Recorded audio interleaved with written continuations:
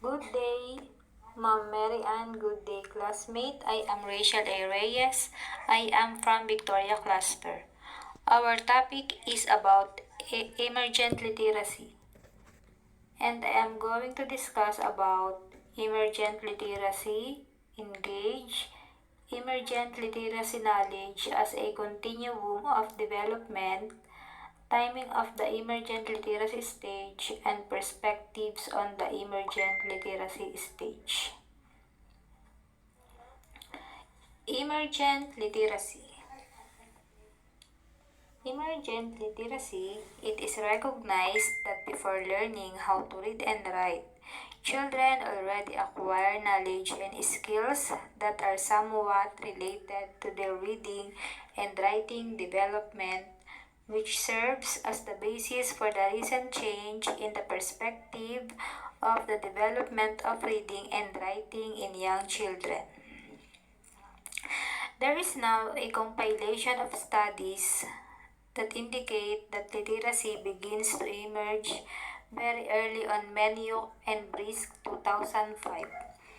Educators have stressed the importance of book reading to infants. This reading can play an important role in oral and signed language acquisition as well as in the development of literacy. Research suggests that the selection of books for reading to infants should place an emphasis on the relation between spoken or signed utterances and the visual context of text. These books emphasize the relation between this visual input and sound and sign language, and the ease with these books can be used in many one-to-one interactions. Here is my explanation about emergent literacy. Emergent literacy refers to the idea that literacy skills begin to develop in young children before they formally learn to read and write. Studies such as those by Menyuk and Brisk in 2005 have shown that children acquire knowledge and skills related to reading and writing early on. Educators highlight the importance of reading to infants as it plays crucial role in oral signed language acquisition and literacy development. The selection of books for infants should emphasize the connection between spoken or signed language and the visual context of text, fostering early literacy through interactive one-to-one experiences. My second topic is about engage.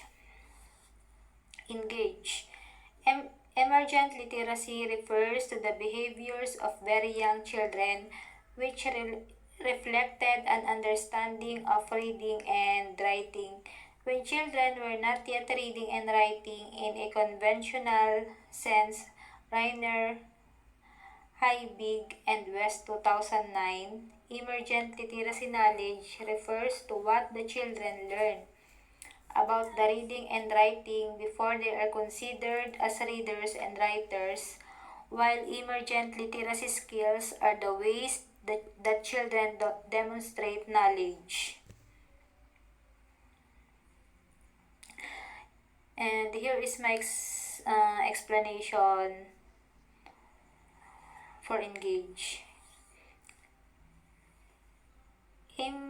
Emergent literacy encompasses the early behaviors of young children that indicate an understanding of reading and writing before they engage in conventional reading and writing activities. This concept, as explained by Reiner Big and West 2009, involves two key components: emergent literacy knowledge and emergent literacy skills. Knowledge pertains to what children learn about reading and writing before officially becoming readers and writers, while skills refer to the ways in which children demonstrate this acquired knowledge. Essentially, emergent literacy lays the foundation for future literacy development in young learners. Third topic, emergent literacy knowledge as a continuum of development. There are five emergent literacy represents the beginning of a continuum of literacy development in children. Number one, literacy development begins early in life and long before formal literacy instruction in school.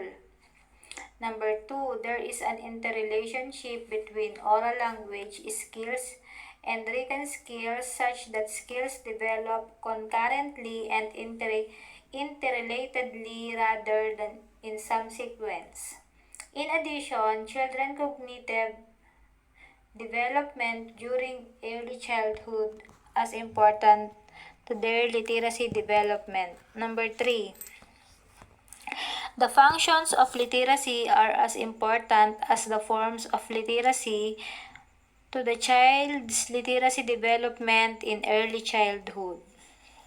Number four, children's active exploration of print within their environment and their social interactions with adults, especially with their parents, within reading and writing contexts, provide important opportunities for adults to model literacy behaviors for children to learn. And number five, there is variability for typically developing children in the age and sequence of acquisition of emergent literacy knowledge and skills across the continuum of literacy development. Fourth topic, timing of the emergent literacy stage. Emergent literacy stage denotes the period of time during which children acquire a variety of emergent literacy and skills. Reiner et al. 2009. The approximate timing of the stage for typically developing children is based on the concept of readiness, which suggests that during preschool years, there is a period of time in which children develop skills necessary for reading and writing. The emergent literacy stage begins at birth and for normal developing children, it is expected to last until the age 5 before entering school. As children enter school, they are now subjected to the use of formal instruction in reading and writing. And here is my explanation. Timing of the emergent literacy stage. The timing of the emergent literacy stage spans from birth to around age 5 for typically developing children. This stage is characterized by the acquisition of various emergent literacy skills, preparing children for reading and writing. Reading readiness is a key concept indicating that during preschool years, children develop the necessary skills before formal instruction begins in school. Once children enter school, they transition from the emergent literacy stage to receiving formal instruction in reading and writing. And last topic, and my last topic is perspectives on the emergent literacy stage. In categorizing frameworks for emergent literacy stage, there are three main perspectives: a developmental perspective, a components perspectives, and a child and environmental influences perspective. Reiner et al. 2009.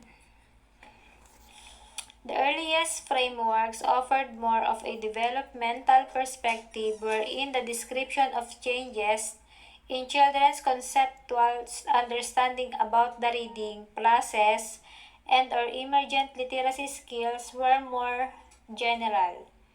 With increasing knowledge comes a shift in the perspective wherein emphasis was on perspectives identifying component knowledge and skills associated with emergent literacy. Recent frameworks reflect the growing belief that grown results from a complex interaction of child and environmental values that is evident on the acknowledgement of the influence of child and environmental factors on development during the emergent literacy stage. And here is my explanation about perspectives on the emergent literacy stage. The emergent literacy stage is viewed through three main perspectives: developmental components and child environmental influences. Early frameworks focused on a developmental perspective describing changes in children's understanding of reading. As knowledge advanced, there was a shift towards identifying specific component knowledge and skills. Recent frameworks recognize the intricate interplay between child and environmental factors during the emergent literacy stage, reflecting a growing belief in their combined influence on development. That would be all for my report po. Thank you. Good day po ma'am. My name is Lenlin Yagiman and my topic is all about developmental perspective. In this, developmental frameworks provide a general approach to describing changes in children's conceptual knowledge about literacy and or emergent literacy skills. A common assumption of these frameworks is that the understanding of the relationship between print and meaning occurs first, followed by an understanding of print form. In this framework, it helps to appreciate the developmental stages of children pass through to adulthood, and also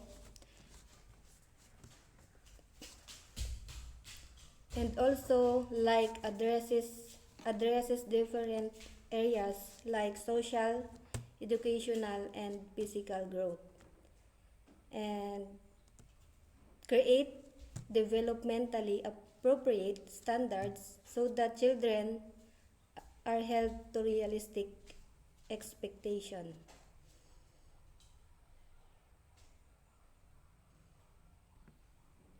Yan. The the Goodman 1986 framework. This framework describes 5 areas in which children's knowledge and skill progress in developing the roots of literacy.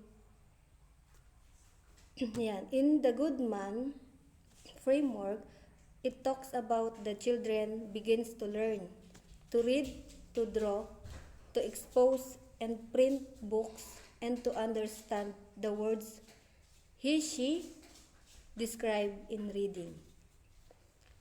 The first one is print awareness in situation context. Can be observed when the child begins to learn and recognize her environment. The second one is the print awareness in discourse. Occurs when the child is beginning to be exposed to print in books, magazines, tabloids, and in electronic sources, in which the child learns that each symbol that she sees in print serves in particular purpose. Child then learns to manipulate media that they are being exposed to, like turning the pages of book from left to right. The third one is factions and forms of writing. Begins with when the child writes by scrambling or drawing lines that represent letters. The fourth is the oral language talk about written language. This occurs when the child begins to understand that print has functions and she may begin to talk about it. A child may say that books convey stories through the use of words and pictures. The last one is metacognitive and metalinguistic awareness about written language. This is when the child understands literacy terms and use words to describe what she is reading. The the McCormick and Mason 1986 frameworks. The framework devised by McCormick and Mason suggests that there is a hierarchy of knowledge and skills when learning to read. The children progress through. The first one is functions of print. Children's understanding of literacy starts as being context dependent to wherein children may start to read environmental print but are not able to read same exact environmental print in other situations. The second one is form of print. Since the child is now centered on the forms of print rather than the functions of print, which enable them to apply phonetic analysis, in which they learn about the structures of print rather than being context dependent.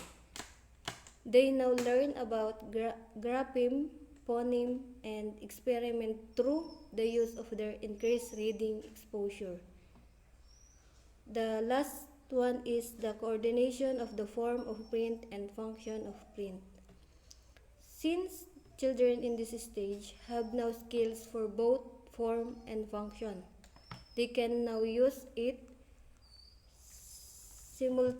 simultaneously in order for them to read. They now have clearer and more efficient ways to decode printed words and also give attention to word meanings. And that's it po. Thank you po. Good day, everyone. I am Lina Manalo from Victoria Cluster. So my topic is all about Stoneman and Mates 2000 framework. This framework originated from a longitudinal study which aims to determine whether children were similar in their concepts about what readers do and demonstrated a similar sequence in their development of these concepts. From this emerged a set of 6 concepts about reading that are observed during the emergent literacy stage. The 6 concepts are as follows. Number 1, reading is one aspect of an interpersonal routine. Book reading is viewed as a social routine in which the book itself has a minor role. So, ibig sabihin, ang interpersonal na gawain ay higit pa sa gawa ng pagbabasa mismo.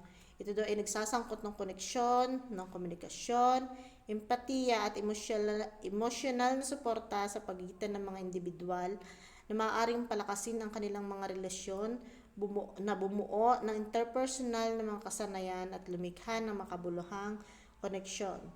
Number 2 concept ay readers focus on the book. Book reading is viewed as a social routine in which the book is the focus of the routine.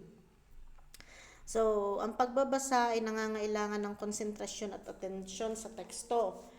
At ito ay nagpapahintulot sa mga mambabasa na isawsaw ang kanilang sarili sa kwento. Ibig sabihin yung sarili.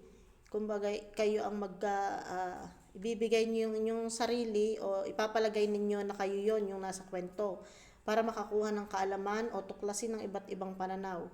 Ang pagbabasa ay maaari ding maging isang panlipunang aktibidad. Maaaring ibahagi ng mga mambabasa ang kanilang mga iniisip, rekomendasyon at mga pananaw sa iba na humahantong sa mga talakayan at pagpapalitan ng mga ideya. These social aspects of reading can further enhance the reading experience and foster connections among readers. So number 3 concept, readers can construct a sequenced account. They rely on the illustrations rather than the print of construct a meaningful story. So it is indeed true that readers, especially young or emergent readers, may rely on illustrations to construct a meaningful story and sequence of events. Readers can use illustrations to construct a sequence account. Ito yung mga visual cues, storytelling elements, visual storytelling, and complementary role. Mahalagang tandaan na habang ang mga ilustrasyon ay maaaring maging mahalaga sa pagbuo ng isang sequence account. Ang mga mambabasa ay dapat ding bumuo ng kanilang mga nakaprint na kasanayan sa pagbasa upang lubos na maunawa ng teksto. Ang kombinasyon ng visual at textual na impormasyon ay nagbibigay para sa isang mahusay na karanasan sa pagbabasa at isang mas malalim na pag-unawa sa kwento. At number 4 concept, readers reconstruct a specific amount. They recognize that the content of a story is unique to each book. In reconstructing a story, the words can change or stay the same. So, readers ay may 5 makakatulong ng mga konsepto. Ito yung personal interpretation, adaptation and creativity, understanding, story elements, comprehension and retention, personal connection. Ang mga mambabasa ay may kakayahang muling buuin ng isang kwento sa kanilang sariling natatanging paraan na kinikilala na ang nilalaman ay maaaring mag-iba sa bawat libro. Sa pamamagitan ng personal na interpretasyon, adaptasyon at pagkamalikhain, maisasalaysay muli ng mga mambabasa ang kwento habang kinukuha ang mahalagang elemento nito at ginagawa itong sarili. Pinahuhusay ng prosesong ito ang pangunawa. Pinalalakas ang personal na koneksyon at hinihikayat ang mapanlikhaing pakikipag-ugnayan sa teksto. The number 5 concept, readers refer to print to reconstruct texts. Printed text is needed to reconstruct a story. However, the relationship between decoding print and reading is not always understood. So, readers often refer to the print or written text to reconstruct and understand the content of a text. Here's an elaboration on how readers rely on the print to reconstruct text. Meron ako ditong 5 na reconstructive text. Ito yung textual clues, comprehension strategies, vocabulary and language use, structural elements, and critical analysis. Umaasa ang mga mambabasa sa nakalimbag o nakasulat na teksto upang muling buuin at maunawaan ang nilalaman ng isang teksto. Sa pamamagitan ng pagdalo sa mga tekstual na pahiwatig, paggamit ng mga estratehiya sa pag-unawa, pagsasalang-alang sa bokabularyo at paggamit ng wika, pagsusuri sa mga elemento ng estruktura, at pagsali sa kritikal na pagsusuri, ang mga mambabasa ay maaaring muling buuin ang nilalayo na kahulugan at mensahe na ipinadala ng print. Ang last text ay ang readers reconstruct text by using multiple strategies to interpret the language decoded. By print, there is the understanding that they must accurately interpret written language using variety of language and decoding strategies in addition to illustrations in order to be able to read. So, readers employ various strategies to reconstruct text and make sense of the content.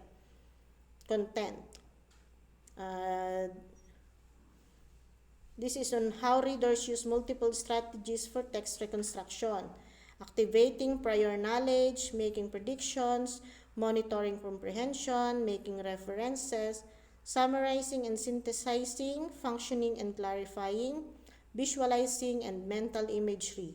Sa pamamagitan ng paggamit ng mga ito at iba pang mga diskarte sa pagbabasa, muling itinatayo ng mga mambabasa ang mga teksto sa pamamagitan ng aktibong pakikipag-ugnayan sa nilalaman, paggawa ng mga koneksyon at pagbuo ng magkakaugnay na pangunawa. Ang mga estratehiyang ito ay gumagana ng magkasabay upang suportahan ang pag-unawa, interpretasyon at muling pagtatayo ng teksto. The Van Cleek Framework. In this framework, Van Cleek identifies 2 stages of emergent literacy wherein children acquire knowledge and skills. First stage, ito ay from infancy, 3 to 4 years. During the first stage, children get exposed to print and therefore they discover that print is meaningful. During shared book readings, print meaning relationship can both be observed in the behavior of the adult and the child. Children also learn to rhyme and name letters as well as retell stories upon looking at pictures in books. Second stage. During the second stage, children learn print form and early form meaning correspondences while learning about print meaning. They learn how to write letters and match these according to their sounds, create detailed stories, and be able to predict events in stories even if it is orally read to them. So the two stages of emergent literacy in children are the pre-alphabetic stage and the partial alphabetic stage. In the pre-alphabetic stage, children acquire knowledge about the skills of reading and writing without understanding the alphabetic principle.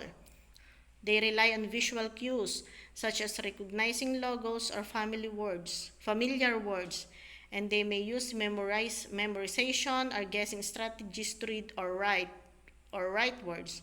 For example, they might recognize the golden arcs of McDonald's and associate it with the word McDonald's without without actually understanding the individual letters and that these letters represent sounds. They start to develop phonological awareness and begin to associate letters with their corresponding sounds. They may use letter sound knowledge to decode simple words and spell phonetically. These stages are important milestones in a child's literacy development and lay the foundation for later reading and writing skills. So that would be all. The next reporter is Miss Ariane K. Bernardo. Thank you and good day. Good day everyone, I'm Erin K. H. Bernardo. My topic is component perspective. In contrast to developmental frameworks that primary focus on the components, perspective is on the specific knowledge and skills that characterize the emergent literacy stage. In the other words, the component frameworks attempt to address the question, what do children learn about reading and writing? Knowledge before they are readers and writers in the conventional sense. And number two, how do they demonstrate that knowledge skills? The Starch and Whitehurst 2002 framework. This framework is based on the perspective that children gain literacy knowledge and skills throughout the stage that influence literacy development later on. This framework categorizes children's emergent literacy skills and knowledge into two. Emergent literacy skills in young children can be categorized into two primary domains. Number one, oral language skills and code-related skills.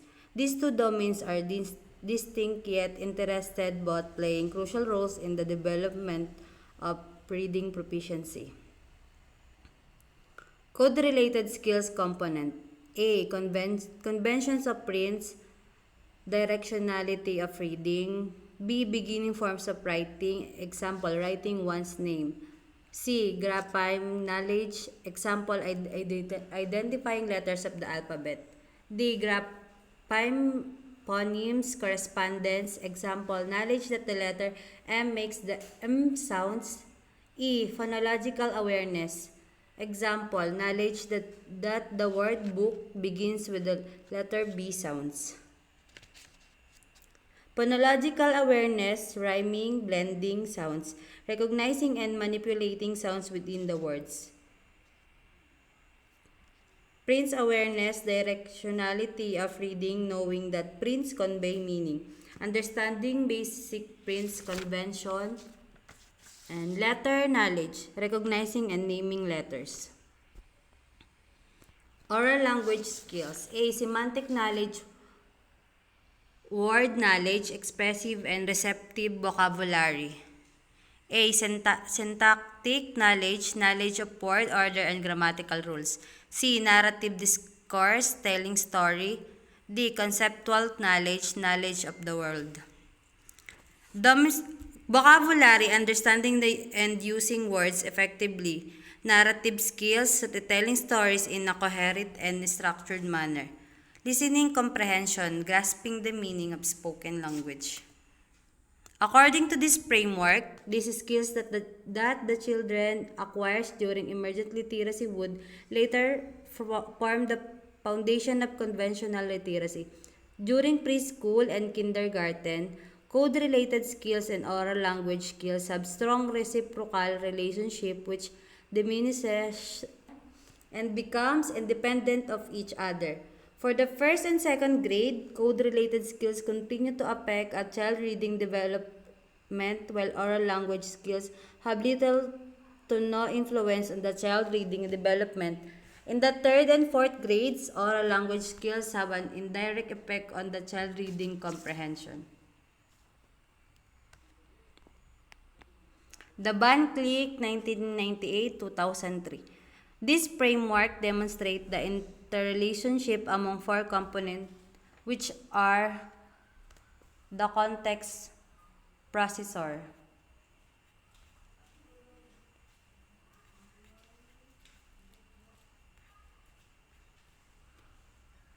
enables children to comprehend and interpret text that is being read to them before they can read and that they will read themselves later on in their literacy development. Context processor skills include word language, syntactic knowledge, narrative development, book conventions, abstract language, and function of prints. Enable comprehension and interpretation of text. It allows children to understand the meaning of spoken and written language even be, before they can decode words independently.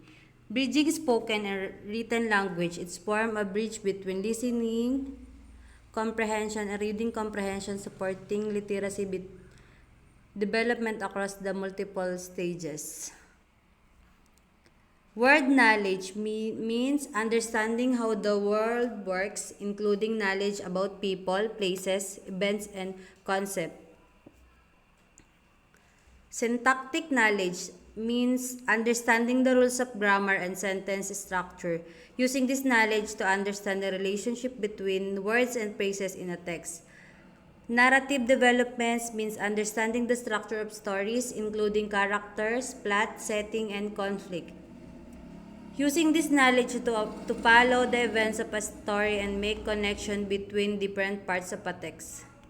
Book convention means understanding how books are organized, such as title page, chapters, illustration, and text pictures. Using this knowledge to navigate through a book and locate information.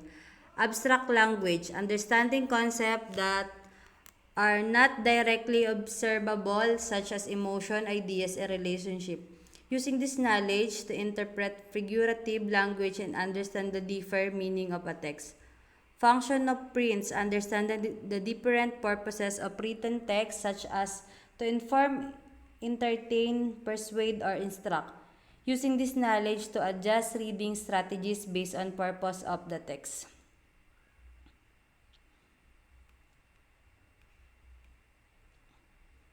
Developmental importance. The early literacy, the context processor plays a crucial role in emergent literacy skills such as listening comprehension, story understanding, and print awareness. Later reading success, it continues to be essential for reading comprehension, vocabulary development, and critical thinking skills throughout a child education. B. The meaning processor, important to children's ability to recognize the individual letter units that enable the child to identify individual words. Meaning processor skills include word awareness and vocabulary development. Mahalaga ito para sa mga bata para makilala ang mga individual na titik na nagbibigay daan sa bata para makilala ang mga individual na salita. Letter C, the orthographic processor involves the ability to recognize individual letters unit that enable the child to identify letters and consequences of letters. Orthographic skills include print convention and letter knowledge. Ito ay tumutukoy sa kakayahan ng batang makilala ang mga individual na letra na nagbibigay daan sa kanya na makilala ang mga titik at mga resulta nito. Kasama sa mga kasanayan sa ortografiya ang mga tuntunin ng pagbabasa at kaalaman sa mga titik. D. The phonological processor enables the child to use phonological awareness skills include syllables, segmentation, rhyming, and phoneme segmentation. Binibigyan daan nito ang mga bata na gamitin ang mga kasanayan sa kamalayan ng ponolohiya, kabilang ang paghahati ng pantig, pagtutugma ng tunog, at paghahati ng ponema, pagbasa at kaalaman sa mga titik. Will be all. Thank you po. Good day, ma'am. I'm IBM Vargas from Victoria Cluster, and my topic is all about to child and environmental influences perspective. The most recent frameworks for the emergent literacy stage reflect the growing acknowledgement of child development studied across various disciplines that a child progression through different stages result from the influence of child and environmental factors, either acting separately or in some complex interaction. The child and environmental influence perspective. A child a wealthy family, regardless of their learning abilities, their access to better education and facilities will place them in a better position than a child from a low-income family with the same challenge. Family is almost certainly the most important factor in child development. The McNaughton 1955 framework. Emerging from McNaughton's solicitation model of child development, this framework suggests that a child emergent literacy development is structured within initial family experience built from specific activities and form into system of expertise which then are applicable in some way to all of child primary environments.